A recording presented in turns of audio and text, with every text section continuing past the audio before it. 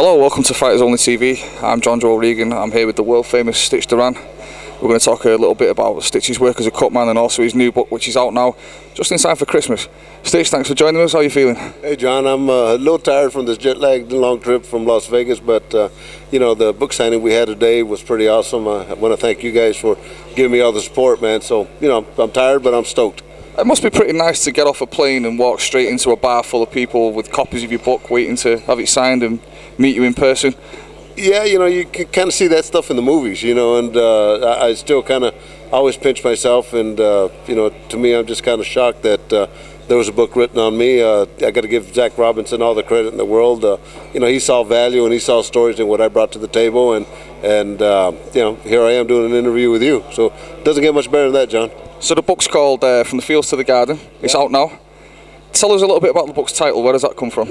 Yeah, I'm very proud of the title, From the Fields to the Garden. And, as people get into the book and they read the book, they realize that, I grew up as a farm worker. And for a lot of these people that don't know, I'm the guy that was picking the peaches and the tomatoes and the cotton and, everything, the grapes, everything that you ate and probably wore. I picked them as a young kid, actually, till I finished high school and went into college. So hence the name The Fields. And my goal in boxing when I moved to Las Vegas 16 years ago was to make it to Madison Square Garden, because when you're in boxing, you make it to the Garden, then you've made it to the top. So, from the fields where I was a farm worker, the Garden, my dream was to make it to Madison Square Garden, and I did that, and now the book is named From the Fields to the Garden, and it seems to, it's drawn attention. People are asking, how did you get the name and why did you get the name, and that's the reason why. I mean, I know the book's drawn a lot of attention. We mentioned it on our Twitter account earlier and Facebook, and straight away, loads and loads of replies. People want to know the kind of things that are in it. Obviously, they'll have to go out and read the book themselves to find out. But talk us a little bit through the process. You said you were a farm worker when you were a youth. Was that necessity? Was that to bring money into the house? You had to go out and work in the fields, and as well as high school. Oh yeah, absolutely. It was a job that we all did as a family, because then you had to do it. We followed the crops, and kind of whatever crop was being picked at that time, we worked it, but it was a family operation, and but the whole area, the whole town, we were all in the same category. So we were all poor, but we just didn't know it, but we were healthy because we had all the best fruits and vegetables in the world to eat, and we had them by the barrels, but that gave me the character that I am now. It gave me the hard work ethics, and it kept me humble, and that has really paid off. So it was a tough life in the sense of the hard work and everything. Was it a rough life?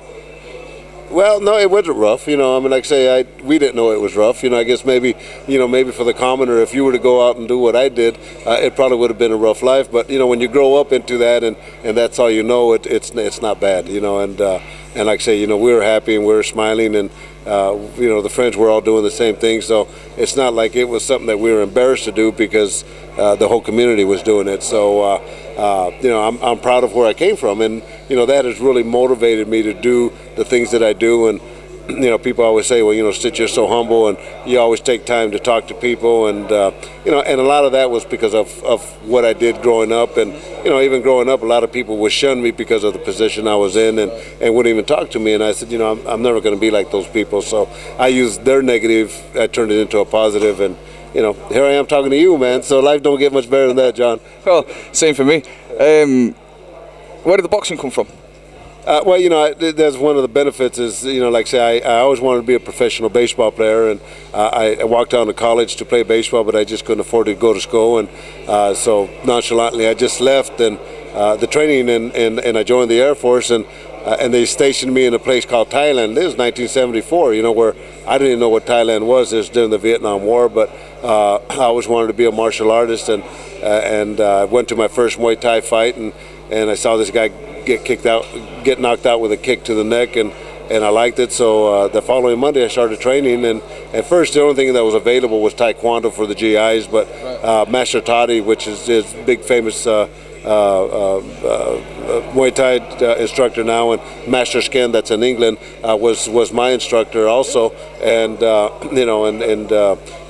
I learned both styles, and lo and behold, I opened up my own school of kickboxing. But before I did that, I got into boxing just to improve my hands. My legs and my elbows and knees were all pretty good, but kind of liked a little bit of the hands, the Muay Thai style. Just they were great with everything but the hands. So I got into boxing to do that, and that's how I started training fighters. And I opened up my own school of kickboxing, and that's how I learned to be a cut man. And I really liked working the blood and and training fighters. And I decided to follow my dreams and move to Las Vegas and be a cut man, with the big guys in boxing. And I did. I packed up my family and I left, and things paid off. When you got into being a cut man, is that something you taught yourself? Because one of the things that always comes up on message board discussions and threads and forums and things, people say it's almost like a mysterious art, the cut man. There's a lot of an arcane kind of mystery to it. It's not an obvious thing to learn how to do. So where did you pick it up? Was it just trial and error? Yeah, that's exactly it. And as I try to learn off these veteran boxing cut men, this is the underground, right? So I could say it, this one guy just told me to fuck off. He says, I went to ask him what I could do, and he said, hey, man, fuck you, I'm taking this to my grave, and I kind of looked at him, and I was a little embarrassed, a little shocked, but in doing that, like I say, I turned a negative into a positive. I told myself I'd never be like this guy, but in that stage of my game, I had to just look at these people work, and I had to follow what they did, but a lot of the things never made a lot of sense to me, so I kind of weeded out some of the techniques that they used, and I implemented some of my own, and a lot of common sense, but it's on-the-job training is really what it was. Back then, were there a lot of techniques did you use? It was just sort of old-fashioned nonsense, like. Yeah, and a lot of them still use it, and I always talk against them. Like putting a swab in your mouth. To me, I think that's the filthiest thing any cut man could do. But it represents them as a cut man. They put a swab in their ear. They don't use gloves, and and it's just nasty things that they do.